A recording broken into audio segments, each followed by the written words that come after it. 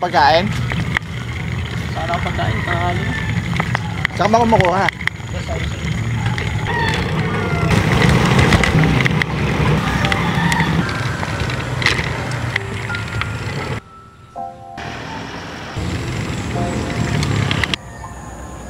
Yan yung mga sunflower na bagong tubo lang. Mga bagong bulaklak. Yan, mga bata pa yan. Nagsisimula pa lang itong mamulaklak. Hindi lahat may bulaklak. Dito, tataniman pa lang yan. So, nandito ulit tayo sa liwasang pangkalikasan ng Marilao. Nakita niya, may mga nag-exercise pa rito tuwing umaga. Hindi ko alam kung anong function nito, no? Pero ang ganda niya. Para siyang Spanish style na bahay. Dito, may mga bagong tanim na silang mga halaman.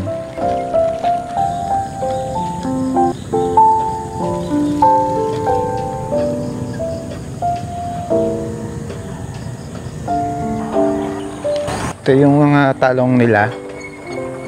Medyo matanda na yan. Mga kamatis. Ito yung mga bago nilang talong. Ito yung mga tubig nila sa poso. Ang laki ng farm rin na to. Ay, lalaki ng sili ah. Saan nyo dinadala yan? Kasi nag-aanuhan po sila neto eh. Ay, binabagsakan? Sila na bahala babagsak.